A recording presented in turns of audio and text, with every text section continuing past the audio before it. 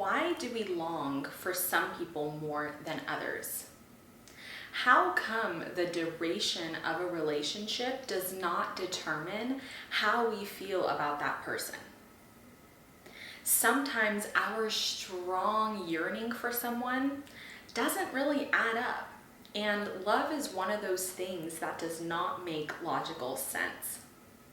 It's an emotion, and emotions are always skewed and biased. So I was just up all night thinking about love and thinking about what factors actually determine how strongly we feel about someone. So I came up with 3 things that explain why we feel more strongly about one person than we do another. So the first factor is our perception of this individual. So our perception consists of so many different things. One of those things can be attraction. Are we physically attracted to this individual? Do we find them sexy? Do we find them hot? Do we find them handsome?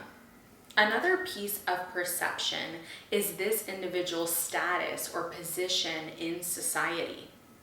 A lot of times we are drawn to someone because they are popular, because they are famous, because they are well known or have a very high position at their job.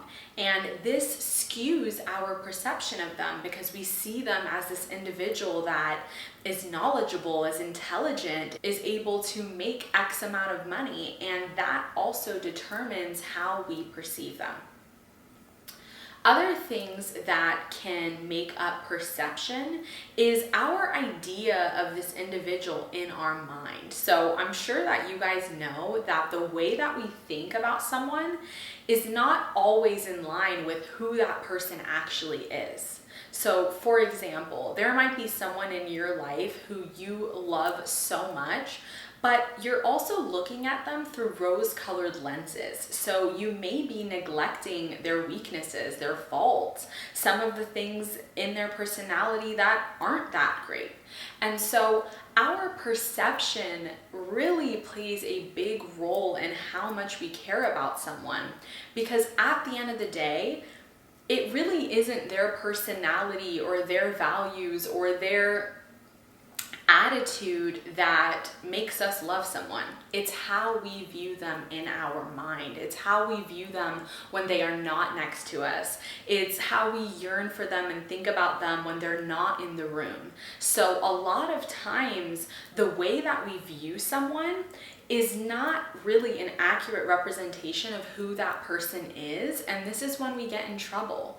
This is why there are a lot of women who will just do anything for a celebrity because this guy is highly esteemed by many individuals. Maybe his songs are on the radio, maybe he's in your favorite movie, and because of his celebrity status, because of his popularity, this is going to make you view him in an entirely different light than the average Joe who works at the nearest supermarket. So you need to be conscious of this when you are dating someone, when you are in a relationship with someone, because you never want to put someone on a pedestal just because of their looks or their job or their popularity. These things are just simply external. A lot of these things, you really even can't even put your finger on them because it's just someone's persona. It's how they are categorized in the world. And unfortunately, a lot of people are going to give rich, powerful individuals with high status a lot more leeway.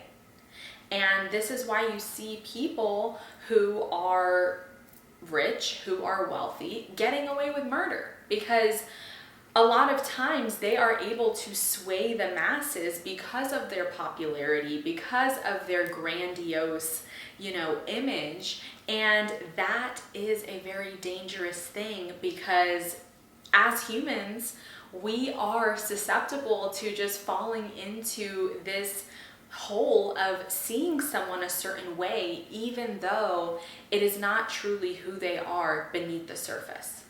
Okay, so with this in mind, I want you guys to now look at this person accurately.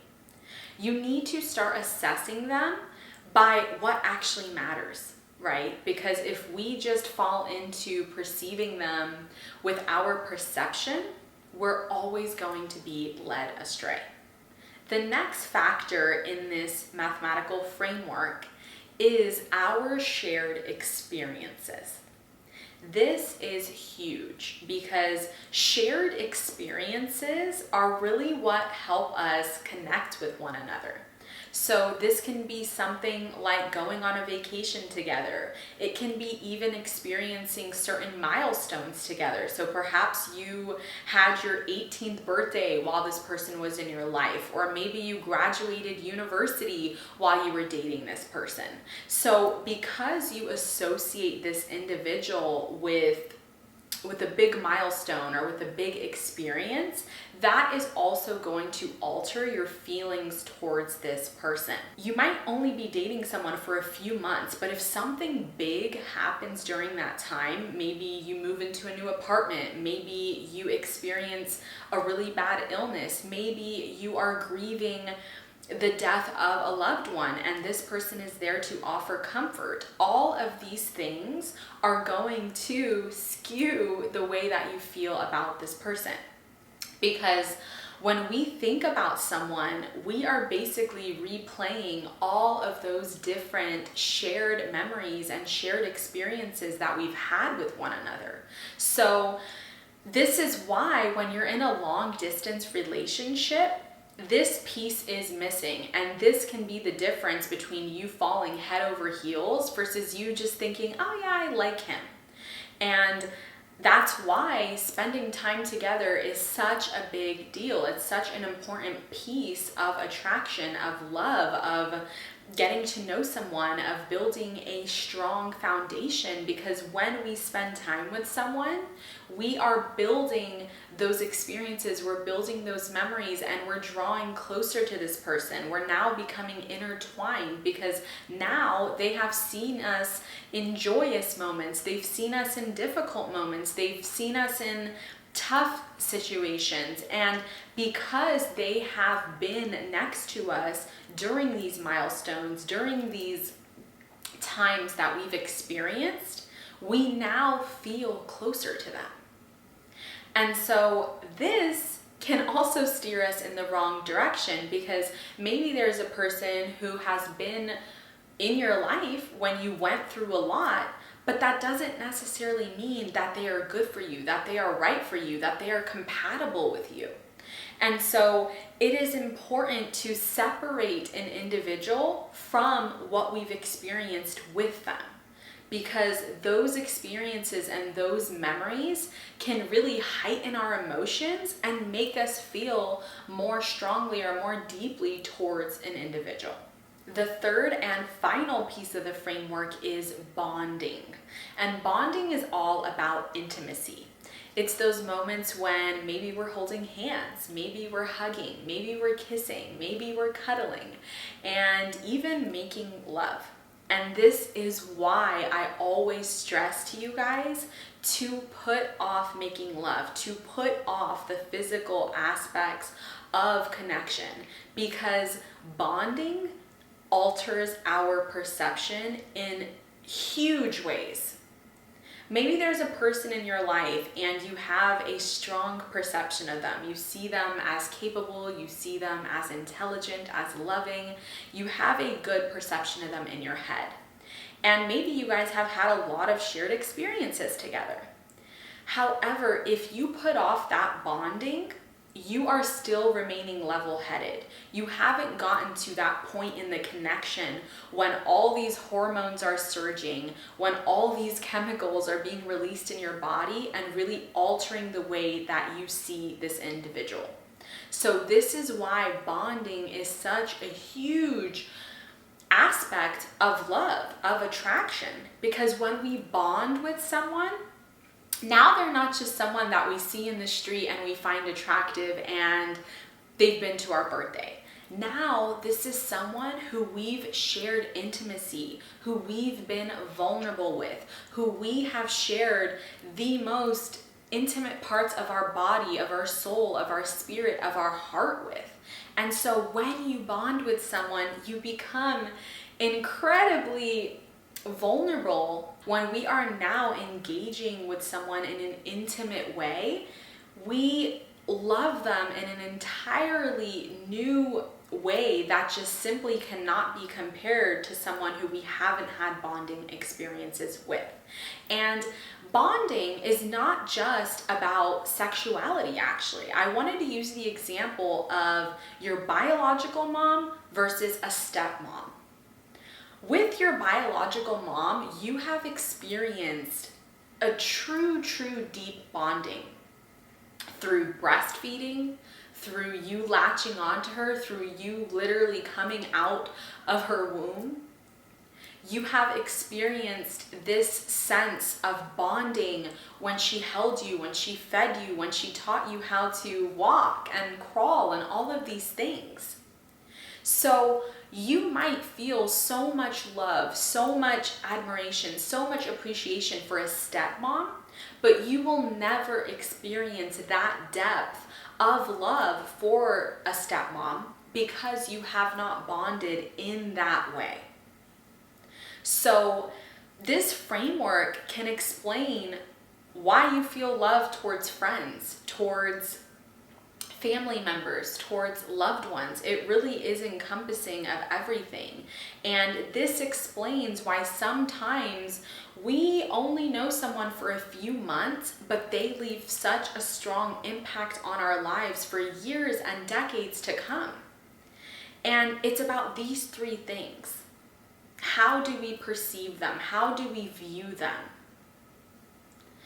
Secondly, how many experiences have we shared side by side? What types of things was I going through in my life while this person was in it? And lastly is bonding. How deeply have we bonded? Have we gotten intimate? Has this person seen me in a way that the average individual wouldn't? Have they touched my skin? Have they caressed me? Have they hugged me? Have they kissed me in an intimate way that bonds us in a unique way, in a special way that isn't just comparable to any other person in your life? So I had no actually plan of filming today, but because this was just on my heart last night and I couldn't stop thinking about it, I knew that I just had to film this video immediately. God put it in my mind and now I'm sharing it with you. And I want this to be a guide. I want this to help boost your self-awareness so that when you are falling in love, or maybe even you're missing someone, you're missing an ex, you're missing someone from your history, you can go through this framework and really pinpoint why it is that you feel so strongly, why it is that this person hasn't left your mind or your heart. And it also can explain why we feel positively even towards people who have abused us or who have treated us poorly or who we've been in toxic dynamics with. Unfortunately, love is not this straightforward thing where this person treats us well, we respect one another, and we are just so in love. Unfortunately, that's not how it works, and that's why so many women reject the good guy. It's why so many men will just look past the right woman and chase someone who's unavailable. So these situations and actions that seem to not make any sense can actually be explained by this framework. The way that we perceive someone and their position and status and power in society is going to have an impact on our love towards them, period. If you dated two men and they were the same in what you guys did together, what type of bonding you had, what experiences you shared, but one of them was Drake and one of them was your neighbor, who are you going to feel more strongly towards? I think we all know the answer to that, right? It's going to be Drake. It's going to be Drake because you look at him with celebrity eyes. You look at him in a way where you put him on a pedestal, where you view him, unfortunately, as being better than or being more highly sought after, right? Everyone knows him. He's famous. He makes X amount of money each year. So this is going to alter your feelings. Maybe Drake was not so great towards you, but because he is Drake, that's going to make you fall more deeply. That's going to leave a more lasting impression. Along those same lines, maybe there's two guys who are identical, but with one of these guys, you graduated college and he was in your life. You went through a car accident and you happened to be together. You went through these things, highs, lows, and now you can't get him out of your mind because he was such an intertwined part of your life. You can't think of a milestone without thinking about him too. So once again, shared experiences are going to skew the way that you feel about someone. And knowing this can make you more selective of who you invite to your birthday party, of who you invite to your graduation, of who you let in to those big milestones, to those big events in your life, because once they've shared those experiences with you, you are without a doubt going to feel more feelings towards them. And that last piece is bonding. The way in which you bond with someone, the more intimate you become with them, the more strongly you're going to feel about them. And this is why bonding should be the last thing that we do with someone. It should be once we have dotted all of our I's and crossed all of our T's. It should be once we've really vetted this person and ensured that they're not just here for a season, but they're here for life. So make sure that you really think twice before bonding with someone, before becoming physical or intimate, because this is going to skew your perception. This is going to alter the hormones in your body, and this is going to make you love them in an entirely new way. So I want you guys to use this framework so that you are not just blindlessly falling in love. You're not just blindlessly, calling your ex because a memory popped up. You're not just over here glamorizing a guy just because he's a celebrity. You're not over here compensating for a man who is abusive, but you are actually thinking strategically and understanding why you feel a certain way about that person. So let me know what you guys thought about this video. I'm so happy to finally get it out. It was on my mind all night long, and I just want to let you guys know that I love you. I'm grateful for you. Thank you so much for being here. Make sure to hit the subscribe button before you head out, and I'll see you guys soon. Bye.